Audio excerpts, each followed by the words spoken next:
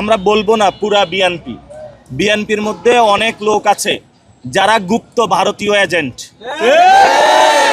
ইনকিলাব মঞ্চ হলো সেই জিনিস, যেই জিনিস আপনাদের চাঁদাবাজি, সন্ত্রাস, দুর্নীতির যে মসনদ আছে সেটাতে হলো আগুন ধরিয়ে দিয়েছে। বিএনপি একটা অকৃতজ্ঞ দল। আপনারা আজকে দেখেছেন একজন মন্ত্রী বলেছে যে ইনকিলাব শব্দ নিয়ে আপত্তি তুলেছেন ওনারা। আমরা বলবো যে ইনকিলাব, ইনসাফ, আজাদি, এই সকল যে শব্দ রয়েছে, এই সকল শব্দ আমাদের জীবনের অবিচ্ছেদ্য অংশ।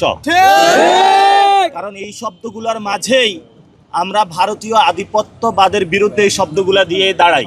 এই শব্দগুলোর মাধ্যমেই যারা আমাদেরকে চাঁদাবাজি, সন্ত্রাসী এবং দুর্নীতির মাধ্যমে বাংলাদেশে অত্যাচার করতে চায়, আমরা এই শব্দগুলা বলেই তাদের অত্যাচার বিরুদ্ধে দাঁড়াই ইনশাআল্লাহ। এবং যাদের ইনকিলাব, ইনসাফ এবং আজাদি শব্দে গাত্রদাহ হয়, তাদের মধ্যে আমরা দেখতে পাচ্ছি যে ভারতীয় প্রতিচ্ছবি।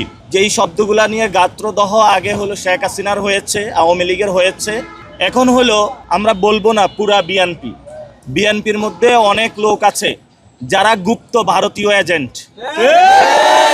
গুপ্ত ভারতীয়, এদের হলো ইনকিলাব, ইনসাফ, আজাদি শব্দে চুলকানি শুরু হয়।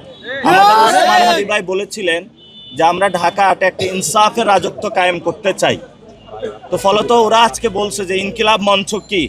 ইনকিলাব মঞ্চ হলো সেই জিনিস, যেই জিনিস আপনাদের চাঁদাবাজি, সন্ত্রাস, দুর্নীতির যে মসনদ আছে সেটাতে হলো আগুন ধরিয়ে দিয়েছে। জুস রাখতে আমার পছন্দ স্টাইলিশ ও ফুড গ্রেড আরএফএল চপ। জুস রাখার জোশ চপ। সেই জন্য আমরা আমাদের লড়াই চালিয়ে যাব ইনশাআল্লাহ। এবং আমাদের ইলেকশনের যে সিস্টেমটা রয়েছে, এই সিস্টেমের মধ্যে অনেক ভুল ত্রুটি রয়েছে। অর্থাৎ এখানে চাঁদাবাজ, সন্ত্রাস, দুর্নীতিবাজ যারা, তারাই সংসদে যাওয়ার সিস্টেম।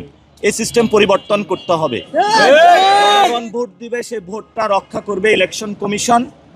এবং জনপ্রতিনিধি জনগণের হবে, কোনো দলের হবে না, কোনো ব্যবসায়ী গোষ্ঠীর হবে না, কোনো দেশের হবে না। আমরা এমন একটা এবং এই যে ডক্টর ইউনূস, উনি যখন বিদায় নিল, বিএনপিকে এত সুযোগ সুবিধা দিল এবং বিএনপি গণ অভ্যুত্থানের পরে সবগুলা মানুষ জেলে ছিল, যারা জনগণ বাংলাদেশের তাদেরকে মুক্ত করে দিল, তাদেরকে একটা ধন্যবাদ দিল না তারা। এবং যারা উপদেষ্টারা, তাদেরকে এত সুযোগ সুন্দর করে এতগুলো আসন দিয়ে দিল। ডক্টর ইউনূসকে তো তারা একটা লাল গালিচা সংবর্ধনা দিতে পারতো, তাও দেয়নি। এই জন্য বলবো হলো বিএনপি একটা অকৃতজ্ঞ দল। জনগণের প্রতি অকৃতজ্ঞ এবং মানুষের প্রতি অকৃতজ্ঞ। এবং যদি এই ধরনের অকৃতজ্ঞ হয়ে বাংলার মাটিতে তাদের লড়াই তারা চালিয়ে যায়, তাহলে বাংলাদেশের মানুষ তাদেরকে একদিন ছুঁড়ে ফেলে দিবে। আপনারা দেখেছেন একজন মন্ত্রী সমঝোতার নামে চাঁদাবাজি জায়েজ করতেছে।